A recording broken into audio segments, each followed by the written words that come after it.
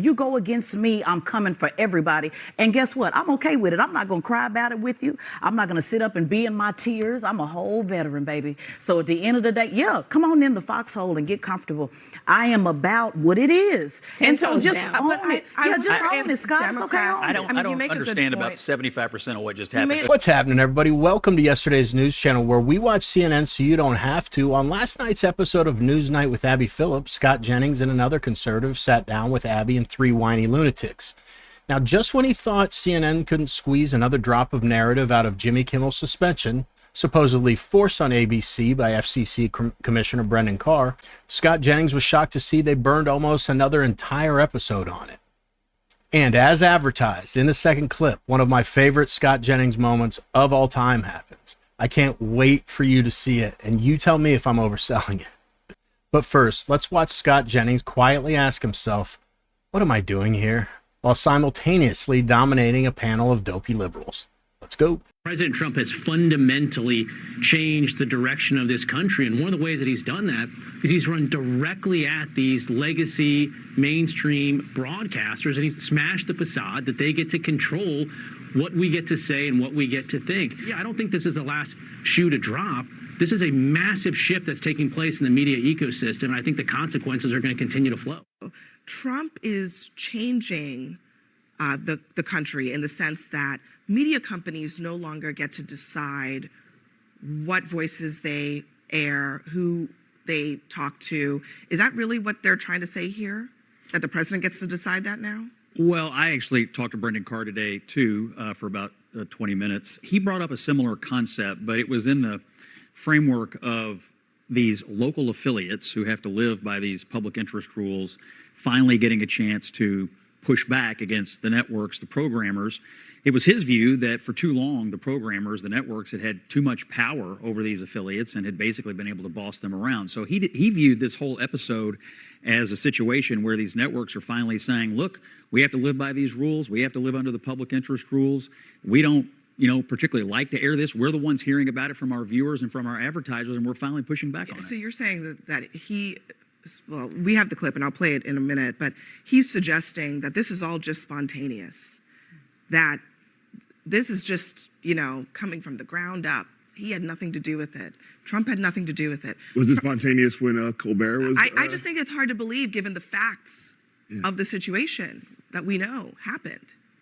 Yeah, I don't know how we could think it's spontaneous. And if the affiliates are upset with what Jimmy Kimmel's saying, I don't think that leads to Jimmy Kimmel's suspension. I don't think that's how it's supposed to go down. I believe we're still in America. I believe we still have this First Amendment thing we're talking about. I believe comedy is covered under the First Amendment. The affiliates can be upset. They've been upset at things other comedians have done. It hasn't led to that comedian being suspended. Well, I think what he was saying that they're upset about is that all of their viewers are complaining and all of their advertisers are complaining. All their viewers aren't complaining. The few that Jimmy Kimmel has. And they're getting all these complaints. They're not making any money on it. They're facing enormous financial pressures. They're not making any money on what? Selling advertising. Nobody wants to buy advertising on this show. Late night shows. Nobody? You say all and nobody. I'm in this business. I'm going to tell you right now. That's where they give away the freebies at night. Trust me. Scott, when we're on, they're making millions of dollars. But let me just play, because I said I would play this. This is what he told you when you asked him whether he felt like he had a role in all of this. Let me just play it. Do you feel personally responsible for his suspension? And I'll throw this on there as well. Should ABC make it permanent? Should they go ahead and fire him? Or is there a way that Kimmel stays on TV in your mind?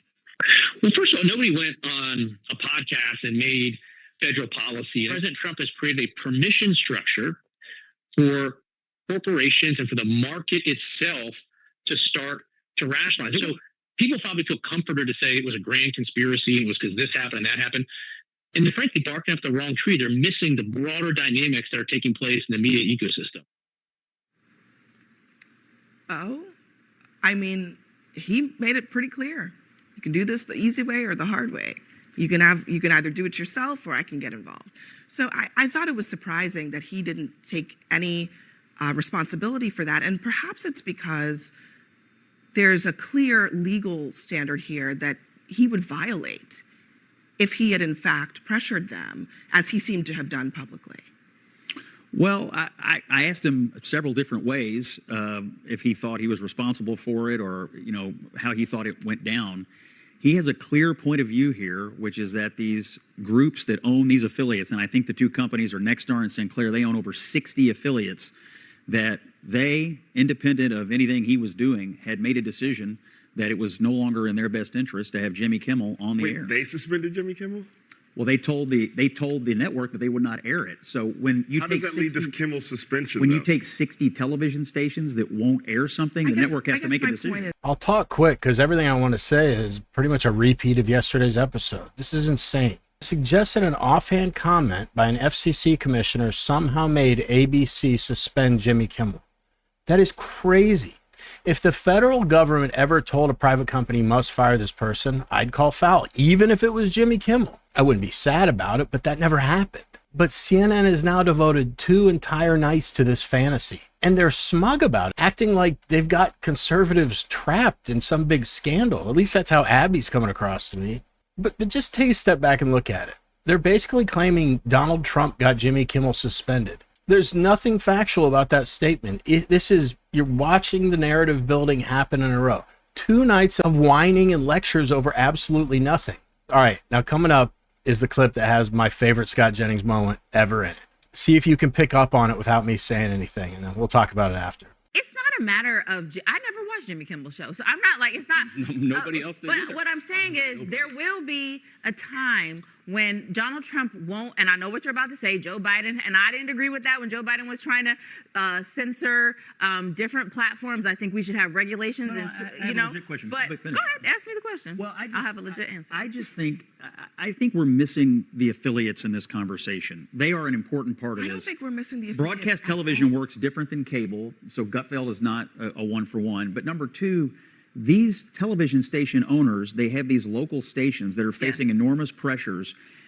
They have a role in this, whether we So like what it or happens- not. Where's the pressure coming from, though? From the Where's affiliates pressure? to the network. Let's be honest, Scott. I'm You disappointed. had 60 stations in total that were saying they wouldn't put it on the air. Yeah, I'm used to you and Republicans standing in it. Let's stand in it. Let's stand in it and own it. Donald Trump said that I will be your retribution. Are you confused? You're looking like you're confused. I'm going That's to his help face. you. That's a confused face. Yeah, Look, he's doing it. He's doing it. He's I'm doing the gonna confused face. I don't know where you're going, but I'm listening. It's good for Well, I'll later. take you there. Buckle up. We're getting ready to go there. Donald Trump said, I will be your retribution and I will use every resource possible, including the FCC. This is the get back. And I'm not mad about it. When we went through what y'all call the woke era and the George Floyd era, and people were getting canceled and people were getting taken off the air, now this is about the get back. And so what I would say is that Democrats, and by the way, I'm an independent, just so we're clear, that if Democrats want to do something about it, then they have an opportunity to lead. They have an opportunity to put people in place. They have an opportunity to appoint their own FCC. They have an opportunity to get people on the bench to win the midterms. But we're not going to sit around here and play like this is just some big conspiracy. It's quite clear. Donald Trump has made it quite clear. You go against me, I'm coming for everybody. And guess what? I'm okay with it. I'm not going to cry about it with you. I'm not going to sit up and be in my tears. I'm a whole veteran, baby. So at the end of the day, yeah, come on in the foxhole and get comfortable. I am about what it is. And so just own it. Yeah, just own it, Scott. It's okay. Democrats- Own I it. don't, I mean, I you don't make a good understand about point. 75% of what just You happened. made- However, You don't? however, I can repeat it. However, you did say one thing that I agree with, and that is you brought up Democrats, but it's not just Democrats. One thing Brendan Carr told me today, and it is true, that the current regulatory regime as it exists is set up by the United States Congress, 1934 Communications Act, and he said, we're going to enforce that regime as it stands. And he said, if they want to change it, if they want to make different rules, if they want to change the way these systems operate or the regulatory thing works, we'll abide by that. But right now, in his view, Congress has set up a system. They're enforcing that system, and until Congress changes it, that'll be what they do. I have to say, pretty clear that that would be illegal. But the problem is that what happens if you're a company, if you're Nexstar, and you want to make a deal, and you can't wait for this to go through the courts? What do? Well, you do what that affiliate did. You said I was losing the affiliates in this. I'm not losing them. They have a business decision to make. What do you do if you're Nexstar? Well, you do what Brendan Carr wants you to do. So the affiliates are under the same pressure. Now, right-leaning, they may be, but they are under the same regulatory pressure that I think Brendan Carr is aware might very well be illegal. That's why he's kind of backtracking from it. Well, I actually asked him today if he thought what he said was tantamount to coercion. He totally rejected that. I did read in the Wall Street Journal tonight that Nexstar said they made their decision without having had any conversations whatsoever with the government or the FCC. That's the nice thing that conservatives have a majority of the media. Sinclair right now. is When pretty you look conservative, at in the my top opinion. YouTube, Facebook, podcasts, What they're is- mostly conservative. I mean, listen, Scott, I'm just giving you your flowers here. I'm just saying. But they got to this do. is a very They want the House, the conservative-dominated Senate, I don't media know. ecosystem that we are in right now. I would quibble with that, but I will give you a short technical answer to your question about the role of the government.